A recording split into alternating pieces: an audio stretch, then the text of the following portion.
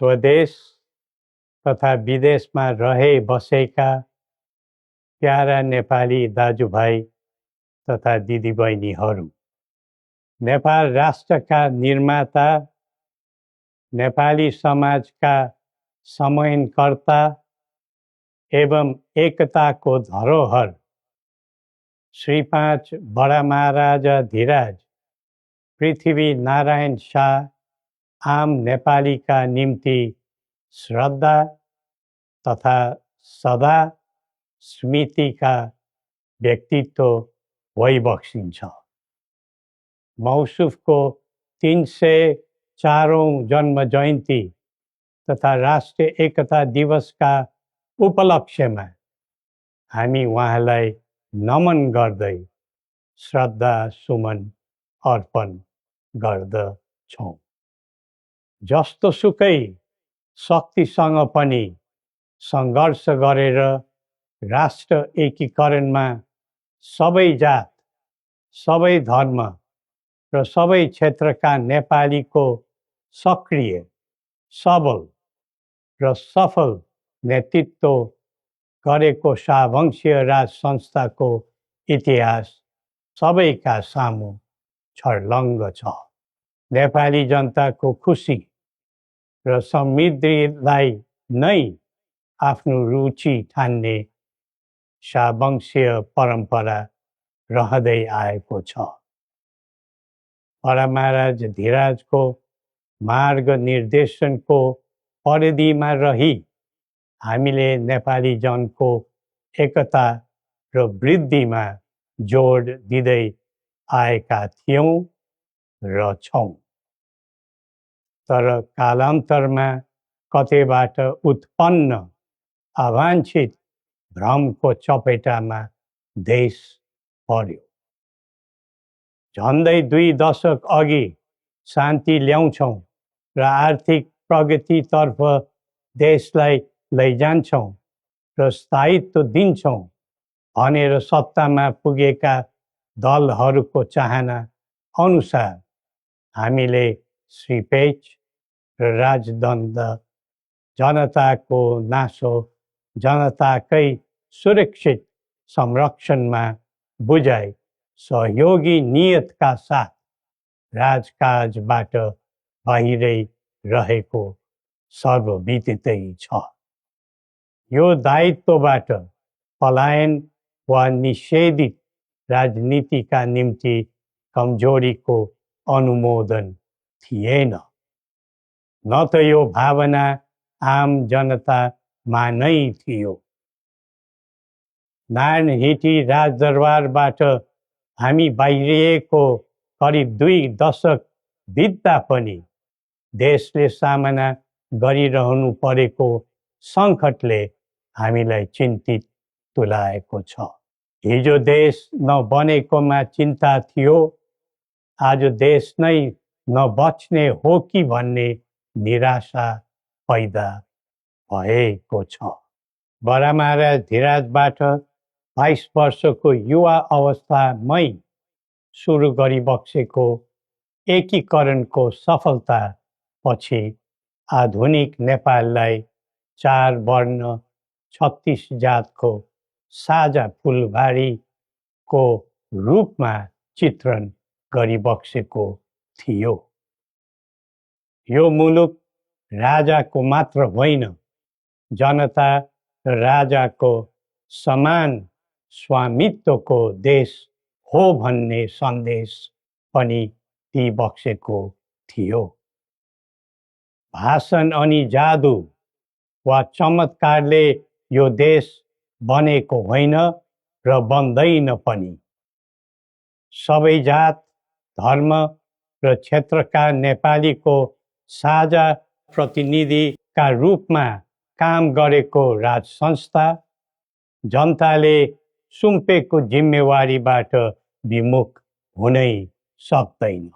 सबै नेपालीले यो कर्तव्यबोध गरी पृथ्वी पथमा लाग्नु पर्दछ भन्ने हाम्रो धारणा र आह्वान पनि छ। नेपाली विश्वमा जहाँ रहे पनि नेपाली मूलको भन्ने नै हुन्छ। त्यसैले राष्ट्रको प्रतिष्ठासँग नेपालीको प्रतिष्ठा पनि सँगै जोडिएको हुन्छ। मुलुक स्थायी वा अस्थायी रूपले छोड्दैमा देशसँगको सम्बन्ध तोडिन सक्दैन। देशबाट जनशक्ति पलायन हुँदै जानुले देशको भविष्यबारे निराशाको सङ्केत दिइरहेको थियो। अब पुँजी र पुँजीपतिहरू तथा कर्मवीर उद्यमीहरूको समेत पलायन हुनु थालेको छ। यो क्रमलाई तत्काल निरुत्साहित र नियन्त्रण गर्न सकिएन भने मुलुक असफलताको सङ्घारमा पुग्न सक्ने सम्भावनालाई लिएर हामी आहत भएका छौँ। बरामारा धिराजबाट स्वदेशको पुँजी पलायनमा रोक लगाउनु पर्ने पक्षलाई महत्त्वका साथ जोड दिबक्सी जनता सक्षम र बलिया भए मात्र देश बलियो हुन्छ भनी दिव्य उपदेशमा उल्लेख गरिबक्सेको छ। जब जब युवा पुस्ताको भावना, चाहना र आवश्यकताको सम्बोधन गरिँदैन तब तब असन्तोष पैदा हुन्छ, जसले विद्रोहको रूप पनि लिन सक्छ भन्ने सत्य नेतृत्वले हृदयङ्गम गर्नै पर्दछ। नेतृत्वले पटक पटक युवालाई प्रयोग मात्र गर्ने तर उनीहरूको आवश्यकता बुझेर काम नगर्ने प्रवृत्तिले युवामा असन्तोष जन्मेर देशमा जनधनको हानि भयो। जसरी भविष्यका कर्णधारहरूको ज्यान गयो त्यसले सबैलाई स्तब्ध बनाएको छ। युवाहरूमा भ्रष्टाचारप्रति असहिष्णुता र आइटी प्रतिस्पर्धामा अग्रताको जोश देखिनु उज्जवल भविष्यको सङ्केत हुन्। तर उन्नतिको गन्तव्यमा राजनीति चुक्यो भने अल्छीको सपना मात्र बन्न जान्छ। स्वचालित व्यक्तिले राष्ट्रको हित खोज्दै जान्छ, परिचालित व्यक्तिले अर्काको मित खोज्दै हिँड्छ। राष्ट्रिय सहमति बिना निकास खोज्नु समय खेर फाल्नु मात्र हो। समुन्नतिको यात्रामा सबै मिलेर अघि बढौँ। नेपालको संवेदनशील अवस्था र बदलिदो भू-राजनीतिक परिस्थितिलाई बुझ्न नसक्दा हामी मित्र राष्ट्रहरूको विश्वास र भरोसा गुमाउने अवस्थामा पुगेका छौँ। असन्तुलित बन्दै गइरहेको परराष्ट्र नीति र व्यवहारले राष्ट्रिय हितमा गम्भीर असर पुगिरहेको समयमा दिव्य उपदेश र बौद्धिक दृष्टिकोणहरूको महत्त्व अझ बढ्दै गएको छ। कतिपय देशले स्वार्थको लागि कुनै न कुनै सुरक्षा कवच खोज्दैछन्। हाम्रो देशको सही छहारी शान्तिको कवच हुनै पर्दछ। नेपाल निर्माणमा मार्गदर्शी र सेनापति बरामाराजा धिराजको विरासत र वंशका प्रतिनिधिका रूपमा मेरो भूमिका स्पष्ट रहेको छ।